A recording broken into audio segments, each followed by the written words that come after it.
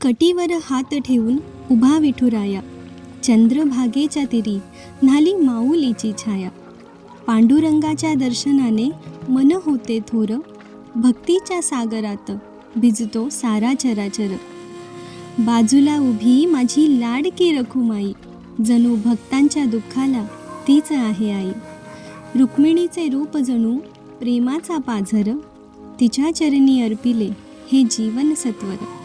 विठ्ठलाचे नाम घेता ओठी येते नाम, सावळा विठ्ठल जणू भक्तांचे विश्राम. हातात हात घालून उभ्या माऊली विठाई, भक्तांच्या हाकेला धावून येती आई. विठ्ठल रखुमाईची जोडी जणू नभातील तारा, भक्तीच्या वाटेवर वाहतो आनंदाचा वारा. पांडुरंगा तुझे रूप नयनी साठवू दे, जन्मोजन्मी मला तुझ्या चरणी राहू दे. पांडुरंग हरी. हॅलो नमस्कार. पांडुरंग हरी, रामकृष्ण हरी. सगळ्यांना आषाढी एकादशीच्या खूप खूप शुभेच्छा. आषाढी एकादशी म्हटलं की मनात एक वेगळीच भक्तीची भावना निर्माण होते. पंढरपूरच्या विठुरायाच्या दर्शनासाठी लाखो वारकरी पायी चालत निघतात आणि सगळं वातावरण विठ्ठलमय होऊन जातं. आज सकाळची सुरुवातही अगदी भक्तिमय वातावरणात झाली. सकाळी लवकर उठून सगळ्यात आधी देवपूजा मनोभावे केली. देवासमोर दिवा लावला, धूप लावलं, मनापासून प्रार्थना केली.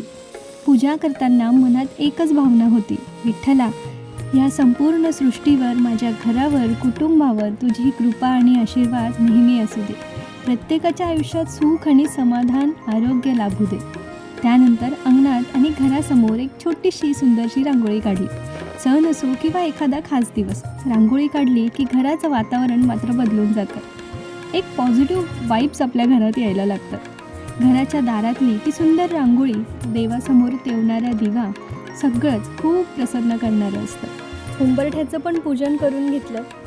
त्यानंतर आम्ही सगळे मस्त असे रेडी होऊन निघालो विठ्ठलाच्या, पांडुरंगाच्या दर्शनासाठी. आज पावसामुळे इतकं छान वातावरण आणि मस्त हिरवळ होती रस्त्याने. सकाळची वेळ असल्यामुळे मंदिरात फारशी गर्दी नव्हती, पण ह्याच मंदिरात संध्याकाळी पाय ठेवायला जागा नसणार याची मात्र खात्री आहे. मंदिराचा आजूबाजूचा परिसर, तिथली सजावट, सगळंच अगदी एकदम वातावरण प्रसन्न करणारं होतं. हे मंदिर कुठलं आहे तुम्हाला जर माहिती असेल तर मला कमेंट करून नक्की सांगा.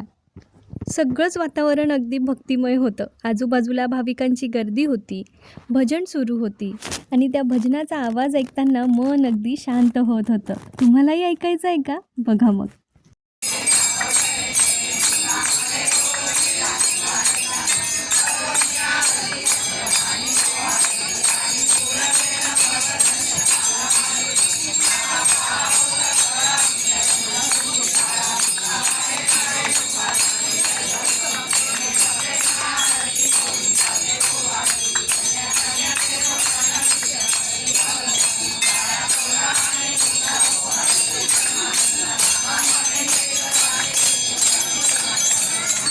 त्यानंतर दर्शन घेतलं आणि विठ्ठल रखुमाईच्या चरणी एकच प्रार्थना केली, पांडुरंगा ज्यांच्या आयुष्यात दुःख आहे त्यांना सुख दे, ज्यांच्या मनात चिंता आहे त्यांना शांती दे, ज्यांच्या आयुष्यात अडचणी आहे त्यांना ते पार करण्याची शक्ती दे आणि प्रत्येकाच्या घरात सुख, समाधान आणि प्रेम, आपुलकी कायम ठेव.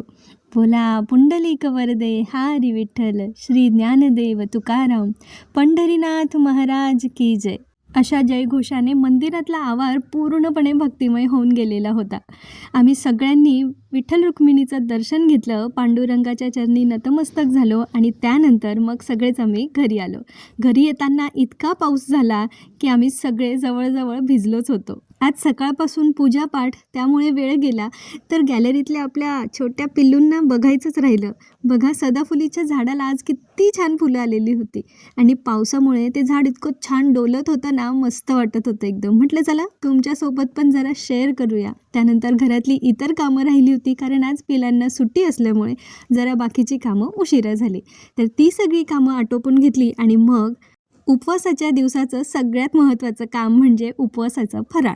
आता ते बनवायला घेतलं. आज काय काय होतं मेनूमध्ये एकदा मी तुम्हाला सांगतेच. तर सगळ्यात आधी मी इथे बटाटे उकडायला टाकले. त्यानंतर भगर बनवून घेतली. भगर म्हणजेच वरई भात. तुमच्याकडे काय म्हणतात मला कमेंट करून नक्की सांगा. यासाठी मी शेंगदाण्याचं तेल वापरलं आता बटाटे उकडून घेतले, भगर शिजवून घेतली. त्याचसोबत होती आज शेंगदाण्याची आमटी, ती पण गूळ आणि आमसूल टाकून. छान आंबट, गोड, तिखट मस्त झाली होती एकदम. आणि तेही पावसाळ्याच्या दिवसात अशी गरम गरम आमटी आणि भगर खायला वेगळीच मजा येते. आता गोडाधोडाचं काहीतरी व्हावं म्हणून इथे आज होती रताळ्याची खीर. रेसिपी अगदी सोपी आहे. थोडं तूप टाकलं, त्यात रताळे साल काढून घेतली आणि नंतर किसून घेतले. त्यानंतर ते छानपैकी तुपामध्ये परतवून घेतले आणि मग त्यात टाकलं दूध आणि साखर.